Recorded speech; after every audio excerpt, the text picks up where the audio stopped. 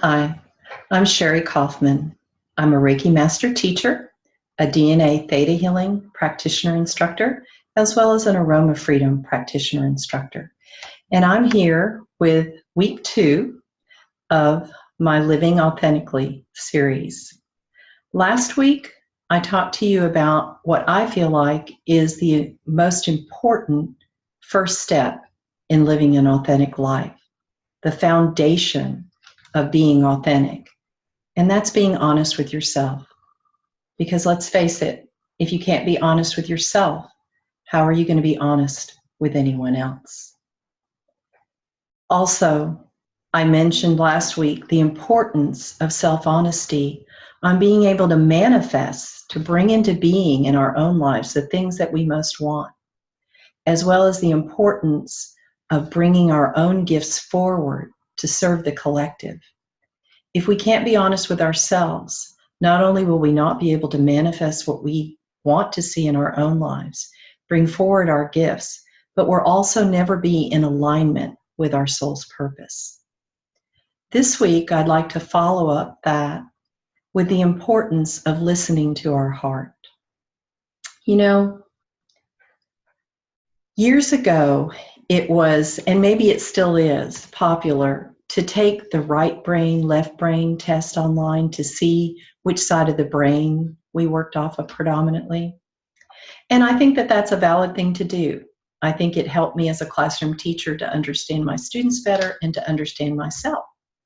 And the last time that I took one of those tests, I came out just slightly to the left side of the brain, which I thought was kind of intriguing because in the past I taught math at both the high school and the college level, and I have 33 graduate hours in math.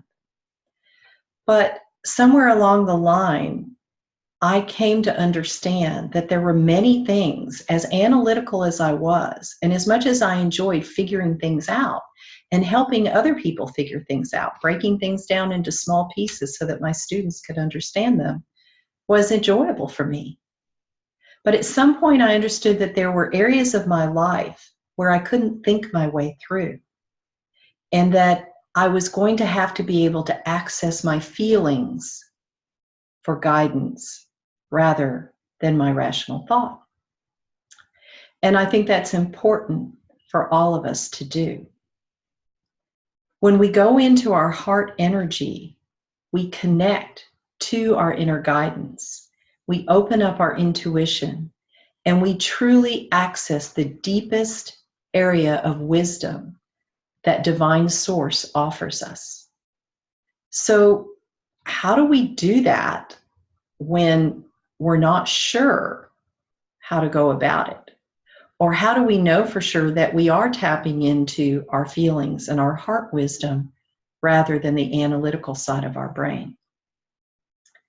Well, a few years ago, working with clients at fairs in 15-minute sessions, I realized that sometimes people would come and they would want help, but they weren't able to articulate exactly where they felt like they needed the most help. They just knew that their lives didn't feel right, or that they weren't happy, or something just felt off. So I started using a technique with my clients in those 15-minute sessions to make sure that I was going to be able to serve them the best in that short amount of time. And I thought that I might share it with you this evening if you're interested. It's a heart-centering technique. And so what I'm going to ask you to do, if you'd like to play, is to close your eyes and sit with your back straight but not stiff and your feet flat on the floor, unless you'd rather use a yoga pose. That will work as well. And then I'm going to ask you to take a deep breath in through your nose, and without forcing it, breathe as deeply as you can down into your belly, and then breathe out. And take another deep breath in and out. And allow all of your internal energy to just come gently swirling around your heart space as you breathe deeply in and out. Just allow all of that internal energy to swirl in the center of your chest around your heart. Take one more deep breath in and out. And silently tell your body to relax. And now go into that energy in your heart and ask your heart to answer this question for you. If you could shift one thing in your life right now, just one, what does your heart say you would most like to shift? Either an area of your life or something very specific. If I could wave a virtual wand this evening for you, and we could shift one thing, change one thing in your life to something different, what does your heart say would be for your highest and best? Without trying to argue with it or analyze it or judge it, just take the first thing that comes up.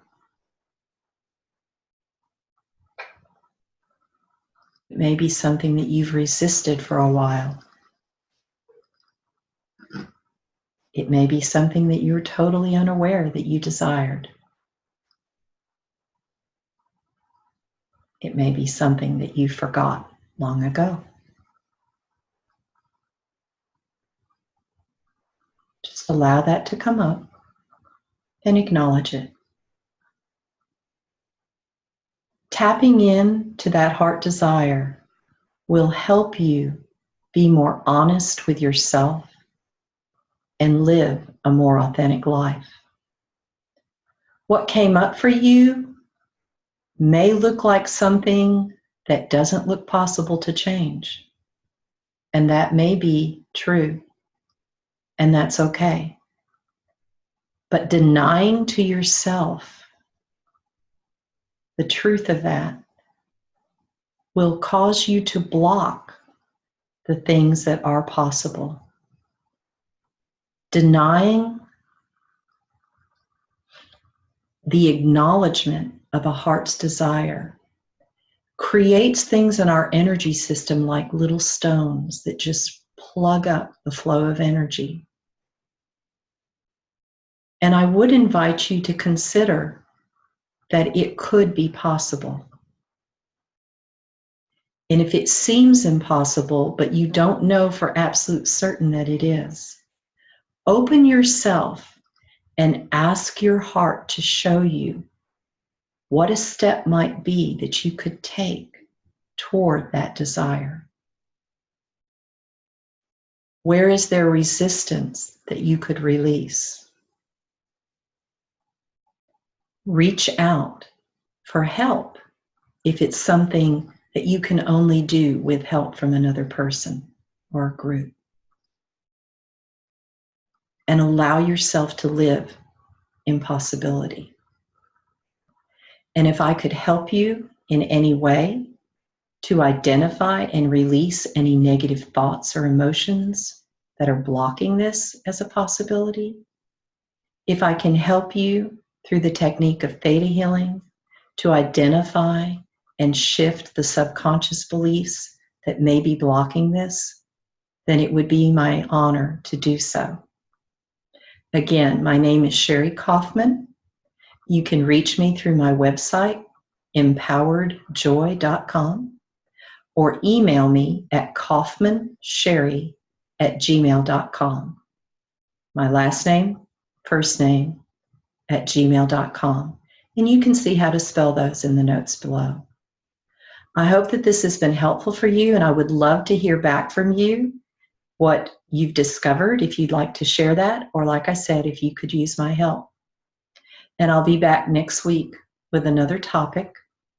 If you've enjoyed this, I would be thrilled if you would subscribe to my YouTube channel for the further transmissions. And I'll see you back next week. Thanks for being here. Bye now.